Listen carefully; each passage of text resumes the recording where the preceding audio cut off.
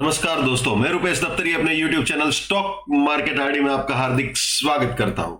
दोस्तों, आज है 25 फरवरी 2026 और आज की इस लाइव सेशन में जो कि मैं अभी रिकॉर्ड कर रहा हूं, टाइम हो रहा है 9:28 और रिकॉर्ड होते ही तुरंत ही इसे अपलोड कर दूंगा। दोस्तों, एक्चुअल में कल शाम को मैंने सेशन किया हुआ था, आपको दिखा देता हूं मैं। ये आज के लिए यानी 25 फरवरी के लिए हमारा सपोर्ट था, ये रेजिस्टेंस था। लेकिन आप जानते हो पहले ही 15 मिनट में अगर गाड़ी विथ प्राइस फिल्टर रेजिस्टेंस के ऊपर या सपोर्ट के नीचे चली जाती है तो कुछ भी वैलिड नहीं रहता है। तो इसी चक्कर में मैंने अभी इस वक्त ये लाइव सेशन किया है, क्योंकि गाड़ी पहले ही 15 मिनट में रेजिस्टेंस के ऊपर जा चुकी है।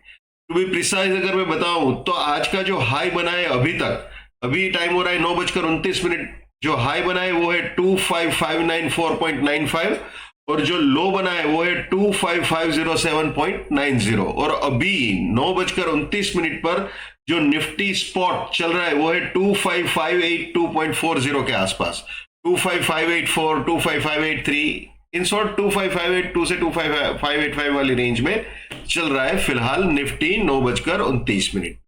तो सीधी बात है दोस्तों कि रेजिस्टेंस के ऊपर ही गाड़ी चली गई है विथ प्राइस फिल्टर। ठीक है, तो ये वैलिड नहीं रहेगा। तो चलिए जो वैलिड है वो आपको दिखा देता हूं। सीधा हम आ गए बुलिश प्रोबेबिलिटी में दोस्तों। ठीक है, तो गाड़ी 255,4 के ऊपर चली गई है, इसमें कोई दो राय नहीं है। तो फिलहाल जो सपोर्ट रहेगा अपने लिए वो रहेगा 25,461.73। जी हाँ, ये सपोर्ट रहेगा। ठीक है, और 25,618 ये हमारा रेजिस्टेंस रहेगा। यानी ये अपना ओपनिंग सपोर्ट बन गया है पर ये ओपनिंग रेजिस्टेंस बन चुका है। अब दोस्तों अगर 618 के ऊपर जाता है तो आप जानते ही हो 544 सपोर्ट और 738 सेकंड बुलिश टारगेट, इसके भी ऊपर गया तो फिर 618 सपोर्ट और 824 फाइनल बुलिश टारगेट हो सकता है। यानी ये तीनों बाइंग के एंट्री या री एंट्री पॉइंट हो सकते हैं और ये तीनों बुलिश पोजीशंस के लिए प्रॉफिट बुकिंग या पार्शियल प्रॉफिट बुकिंग पॉइंट्स हो सकते हैं। ठीक है, और दोस्तों जब भी मैं बताऊं इसके ऊपर या इसके नीचे तो वो ऑब्वियसली विद टाइम फिल्टर और प्राइस फिल्टर ही होता है। प्राइस फिल्टर टाइम फिल्टर को कभी भी नहीं भूलना है और ये भी हमेशा याद रखना है दोस्तों। My bullishness lives till my support lives. My support finish, my bullishness finish. My bearishness lives till my resistance lives. My resistance finish, my bearishness finish. ये हमेशा याद रखना है, ये भी हमेशा याद रखना है भैया। Never buy at resistance or buying exit. Never sell at support or selling exit. Let's maintain trading discipline. Let's do money management. Let's do risk management. Let's win. दोस्तों मैं अपना टेक्निकल एनालिसिस का नॉलेज चार्जेबल बेसिस पर share करता हूँ। 81,000 rupees मेरा fees है। 7990415253 मेरा मोबाइल नंबर है। ठीक है, अब वापस आ जाते हैं निफ्टी में।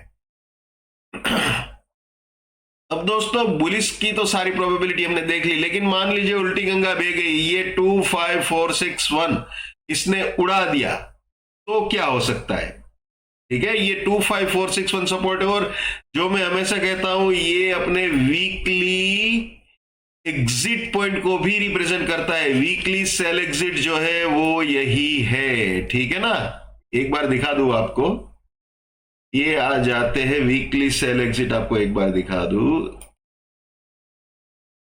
ये देख लीजिए। ठीक है,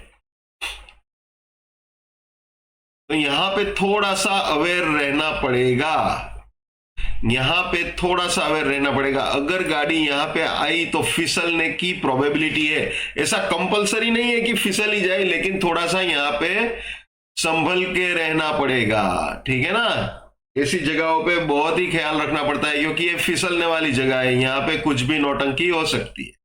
ठीक है, अब अगर इसे तोड़ दिया विथ प्राइस फिल्टर और टाइम फिल्टर तो गाड़ी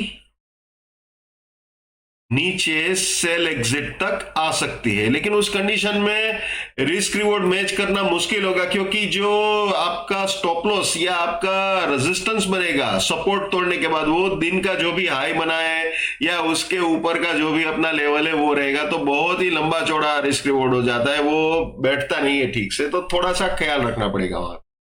ठीक है। और अगर दोस्तों सपोर्ट तोड़ता है मार्केट, 25304 वाला सपोर्ट तोड़ता है, तो फिर बियरिश प्रोबेबिलिटी, जैसे मैंने कल समझाया था, बिल्कुल वैसे ही है, इसमें कोई नई बात नहीं है। ठीक है,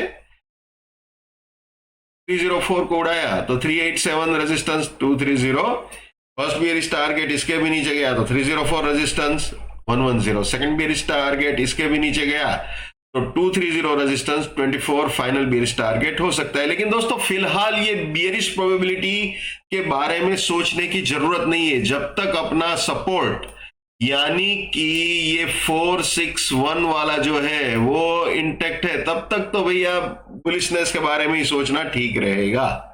ये अगर उड़ाता है तो बाद में सारी चीजें एक्टिव हो सकती है, ठीक है, बियरिशनेस वाली। लेकिन फिलहाल तो दोस्तों जब तक ये इंटेक्ट है तो हम बुल है तो बुल है, ठीक है ना। हालांकि भले ही ये थोड़ा ढीला ढीला सपोर्ट है, वो एग्जिट पॉइंट वाला सपोर्ट है जैसे मैंने आपको दिखाया, लेकिन फिर भी बुल तो बुल ही है। ठीक है, तो ये है इंट्राडे की सिचुएशन दोस्तों अभी। तो दोस्तों ये थे मेरा एनालिसिस आज के लिए, क्योंकि ये गैप अप हुआ तो मैंने सोचा चलिए लाइव कर देता हूं, तो आपको इजी रहेगा समझने में। दोस्तों मैं जो हमेशा कहता हूं आज फिर से बोलूंगा, पैसा आपका है, रिस्क आपका है, तो दिमाग भी आप ही का होना चाहिए। लेकिन मेरे एनालिसिस से अगर आपका फायदा होता है या कम से कम नुकसान होने से भी बचता है, तो मेरे लिए बड़े सौभाग्य की बात है।